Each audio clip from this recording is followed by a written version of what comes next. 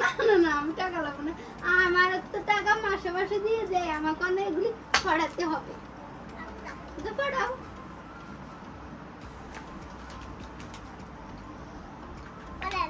কি পড়বো? আপনি সারা করবেন। হ্যাঁ, কি সারা কই? এইটা সারা। বলেন। হ্যাঁ, বলবো। তারপর সারা কাছে কাছে। আতা গাছে। আতা গাছে জুতা পাখি। আতা গাছে জুতা পাখি। ডালিম গাছে বউ। ডালিম গাছে বউ। এত ডাকে। এত ডাকে। তবু কথা। তবু কথা। কেউ না কেন কোন না কেন বউ?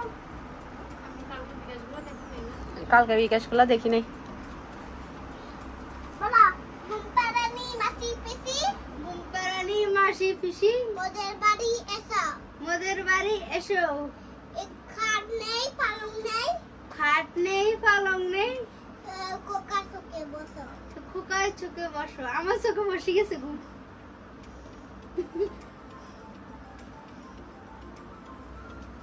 ও মারে যে পিড়া। না না না, আর ঘুম যাবো না, তো বসো। ঘুম আসি গেছে, সেই জন্য ফিরে আলো বদ্ধ বানাই ফেলবে। আই মেয়েরা আই ছেলেরা। আই মেয়েরা আই ছেলেরা। ফুল তুলিতে যায়। ফুল তুলিতে যাই। ফুলের মালা গলায় দিয়ে। ফুলের মালা গলায় দিয়ে। আমার বাড়ি যায়। মামার বাড়ি যাই। এখানে তো আমার মামার বাড়ি টাড়ি কেন, আমি কবে যাবো? এইটা তো আমার মামার বাড়ি। আরে আমার চিঠি একটা। হ্যালো এভরিওয়ান, আসসালামু আলাইকুম। আশা করছি আপনারা সবাই অনেক ভালো আছেন। আমরা সবাই আলহামদুলিল্লাহ ভালো আছি। আরও একটা নতুন ব্লগ ভিডিও দেখার জন্য আপনাদের সবাইকে ওয়েলকাম জানাচ্ছি। তো এটা হচ্ছে আমাদের দুপুরের খাবার। আজকে দুপুরে রান্না করেছি ডিম ভুনা, ভেন্ডি ভাজি, ডাল, তারপরে আগের পুরাতন তরকারি ছিল। এখানে মাছ, কোরাল মাছ, এরপরে এখানে শুটকি ভুনা। এটা আমরা গতকালকে রাতে করেছিলাম, ওখান থেকে অল্প একটু বেঁচে গিয়েছে, ওটা গরম করে নিয়েছে। তো এটাই আমাদের সিম্পল দুপুরের খাবার। তো সন্ধ্যার দিকে আমি অনেকগুলো আম নিয়ে এসেছিলাম, কাঁচা আম, আমের আচার তৈরি করার জন্য। তো আমগুলাকে ভালোভাবে ছিলে এখন আমি এটাকে কেটে নিব। তো ছুরি দিয়ে কাটতে গিয়ে দেখি যে এটার অনেক বেশি শক্ত, তেমন একটা ভালোভাবে কাটা যাচ্ছে না, একটু কষ্ট হচ্ছে। বটি দিয়ে মনে হয় ভালোভাবে কাটা যাবে। তো এখন যেহেতু প্রচুর পরিমাণের আম পাওয়া যাচ্ছে, তো এই আমের সিজনে কিন্তু সবাই অনেক বেশি আচার বানিয়ে রাখে। তো আমি ভাবলাম যে কিছু বেশি করে আচার বানিয়ে রাখি। আমি 5 কেজি আম এনেছিলাম। তো আমার আরও বেশ কিছু আমের আচার করার প্ল্যান আছে। আম শর্ত, তারপরে কাশ্মীরি আচার। কাশ্মীরি আচার আমি অল্প একটু বানিয়েছি, বানিয়ে জাস্ট ট্রাই করেছি কেমন হয়। অনেক বেশি মজা হয় কাশ্মীরি আচারটা। ওটা অলরেডি আমার প্যাকিং করে বক্স করে আমি রেখে দিয়েছি কাশ্মীরি আচারটা। তো এরপরে এখন আমি যেটা করব, আজকে টক জাল মিষ্টি আচারটা বানাবো। এটা আসলে পোলাও, বিরিয়ানি, তারপর ভাতের সাথে বা এমনিতে খেলে অনেক বেশি মজা লাগে। আর আমসত্ত্ব তৈরি করব, যখন পাক আম বের হবে তখন আমসত্ত্ব করব। আমসত্ত্ব কিন্তু অনেক বেশি মজা লাগে। আসলে আমের আচার না অনেকভাবে করা যায়। আমরা যখন ছোটো ছিলাম তখন যেটা করতাম, মানুষের বাড়িয়ে বাড়িয়ে গিয়ে উঠান থেকে আম কোড়াই নিয়ে আসতাম, ওই আমগুলা ছিলতাম, হলুদ মাখিয়ে, তারপর আমরা এগুলো টিনের চালে শুকাতে দিতাম। যখন এগুলো একদম ভালোভাবে শুকিয়ে যেত, এরপরে এগুলো অনেকগুলো জমানোর পরে একসাথে তারপর আচারগুলো তৈরি করা হতো, শুকনা আমের আচার আর কি।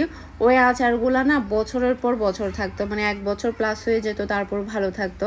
তবে এই কাঁচা আমের আচারগুলো বেশি দিন থাকে না, ম্যাক্সিমাম 6 মাস 7 মাস এরকম থাকে আর কি, এর বেশি দিন কিন্তু থাকে না। তবে ওই যে শুকিয়ে যেটা করে, একেবারে শুকিয়ে যেটা করে, ওটা দিয়ে আমাদের চট্টগ্রামে একটা খাবার আছে, সেটা কাজি তৈরি করলেও কিন্তু অনেক মজা হয়। এই আমের আচার দিয়ে যে কাজি খাচ্ছি না, কখন খেয়েছে মনে নেই, হয়তো ছোটোবেলায় খেয়েছে। যারা কিনা চট্টগ্রামে তারা বলতে পারবে। এই একদম শুকনো আমের কালো কালো হয়ে যায়, এই আচারগুলা দিয়ে কাজি তৈরি করলে রসুন দিয়ে, সরিষার তেল দিয়ে অনেক বেশি মজা হয়। এরপরে ওই সময়টাতে আমরা শুধু ওটাই তৈরি করতাম, আম নিয়ে আসতাম, ছোটো বড়ো যা পাইতাম তা দিয়েই ছিলে টিলে তারপরে শুকাই ফেলতাম। শুকাই এগুলো বেশি করে জমানোর পরে তারপরে একসাথে বাসায় আচার তৈরি করা হতো। এগুলো আবার বয়ম ভরে রেখে দেওয়া হতো। এরপরে যখন গরুর মাংস, তারপরে হচ্ছে ভর্তা, আরও বিভিন্ন কিছুর সাথে এইসব কাজিটা তৈরি করে তারপরে হচ্ছে করা হয়, কাজি করা হয়। তো এই কাজিটা কিন্তু আবার হচ্ছে এই শুধু যে আমের আচার দিয়ে না, লেবু দিয়ে, রসুন দিয়েও কিন্তু করা হয়, ডিফারেন্টভাবে কিন্তু করা হয়। লেবুটাও কিন্তু অনেক মজা হয়। অনেকের কাছে হয়তো বা এটা কোনো খাবারই মনে হতে পারে না, তবে চট্টগ্রামের মানুষেরা এই কাজিটা অনেক বেশি পছন্দ করে। তো এখন হচ্ছে আমি আচারটা বসিয়ে দিব। তো আমি একটু বেশি করে সরিষার তেল দিয়ে দিয়েছি। এরপরে হচ্ছে এখানে আমি তেজপাতা, তারপরে হচ্ছে এলাচ, এরপর হচ্ছে কয়েকটা আমি শুকনো মরিচ দিচ্ছি যাতে করে একটু ঝাল বের হয়, যেহেতু আমরা আজকে টক ঝাল মিষ্টি আচার তৈরি করব। তারপরে হচ্ছে করব, এই আচারটা আসলে খেতে অনেক বেশি মজা হয়, বিশেষ করে এমনিতে খেতে মজা হয়।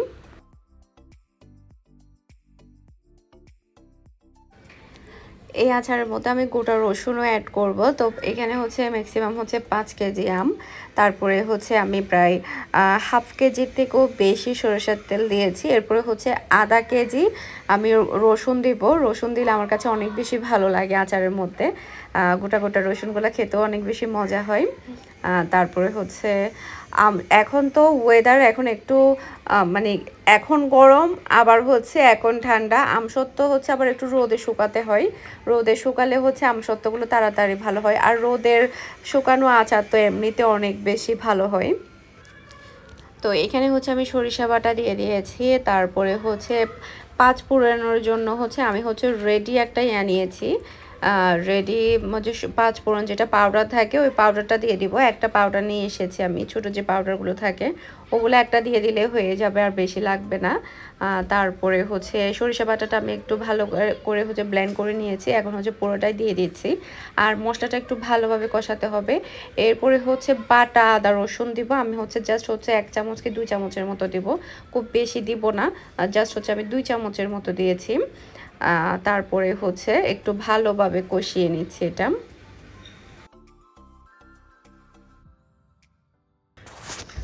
তো এখন হচ্ছে গোটা 5 ফোড়নের পাউডার যেটা আছে ওটা আমি পুরোটাই এখানে দিয়ে দিয়েছি। আপনারা চাইলে আর একটু কম দিতে পারেন, এটা কিন্তু ভালো একটা ফ্লেভার আসে, আর কালারটাও কিন্তু অনেক বেশি সুন্দর হয়। এখন যেটা করবো আমি মশলাটা একটু ভালোভাবে কষাবো, কারণ মশলাটা যদি ভালোভাবে কষানো হয় আচারটাও কিন্তু খেতে মজা হবে।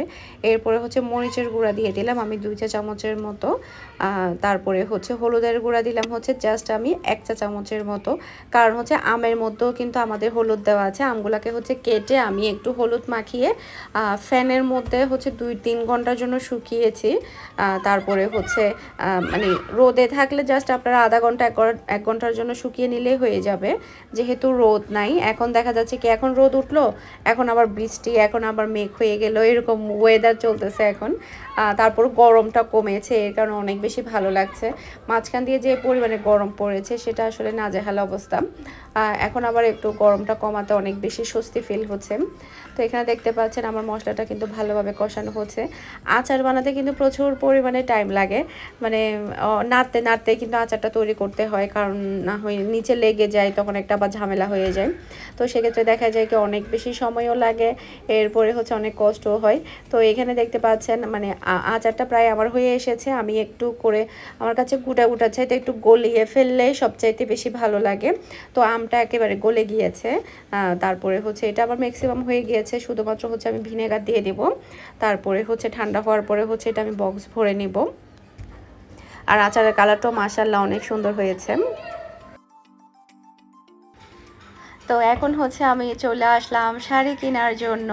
তো এখান থেকে হচ্ছে ভালো মানের একটা শাড়ি কিনবো। আমাদের হচ্ছে একটা প্রোগ্রামের প্ল্যান চলছে, তো সেই প্রোগ্রামের জন্য হচ্ছে শাড়ি কিনবো। প্রোগ্রামটা সারপ্রাইজই রাখি, আপনারা মানে চিন্তা করে দেখেন কীরকম প্রোগ্রাম হতে পারে, আর সবাই দোয়া করবেন।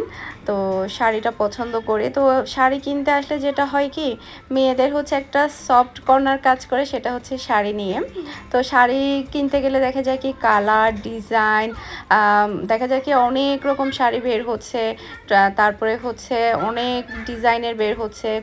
অনেক সময় দেখা যায় কি হাতে নিলে ভালো লাগে, আবার হচ্ছে গায়ে দেওয়ার পর ভালো লাগে না, এরকমটাই হয়। তো আমি মনে করি যে শাড়ি জিনিসটা আসলে গায়ে দিয়ে দেখে তারপরে নিলেই মনে হয় ভালো, কারণ অনেক সময় দেখা যায় কি আমি হাত দিয়ে ধরে দেখলাম তখন অনেক বেশি ভালো লাগতেছে, আবার একটু গায়ে দিয়ে দেখলাম তখন আবার ওটা অত বেশি মানাচ্ছে না। এই শাড়িটাও কিন্তু অনেক বেশি সুন্দর। নর্মালি কিন্তু শাড়ি এখন মানুষ খুবই কম পরে, তারপরে শাড়ির দাম কিন্তু অনেক বেশি।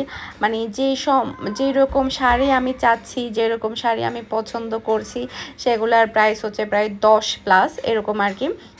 আর এখন দেখা যায় কি মানুষ একটা প্রোগ্রামে একটা শাড়ি পরে, আর ওই শাড়িটা দ্বিতীয় প্রোগ্রামে কেউ পরতেই চায় না, এরকম একটা আসলে কেমন যেন একটা মানে এটা একদম রীতি হয়ে গিয়েছে বাংলাদেশে। এই শাড়িটা অনেক বেশি সুন্দর। আমরা চাচ্ছিলাম যে আসলে শাড়িটা একটু হালকা কালারের মধ্যে হবে, সফট কালারের মধ্যে হবে, খুব বেশি গাঢ় কালারের মধ্যে হবে না, আর কাঁচাটা একটু ভারীর মধ্যে হবে, এই ধরনের কালারটা চাচ্ছিলাম। এই শাড়ির ডিজাইনটা অত্যন্ত সুন্দর, তবে কালারটা খুব একটা বেশি ভালো লাগছে না। এটার প্রাইসও প্রায় হচ্ছে 9,000 কি 10,000 হবে এই শাড়িটার প্রাইস। তারপরে হচ্ছে কাঁচাটা অনেক বেশি সুন্দর, তবে কালারটা অত বেশি আমার কাছে খুব একটা বেশি ভালো লাগছে না, এরকম আর কি। আর যেহেতু শাড়ি নিব, তো সেই জন্য ভাবলাম যে একটু দেখে শুনে নেই। সবাই আইডিয়া করেন কি কারণে আমি শাড়িটা নিচ্ছি।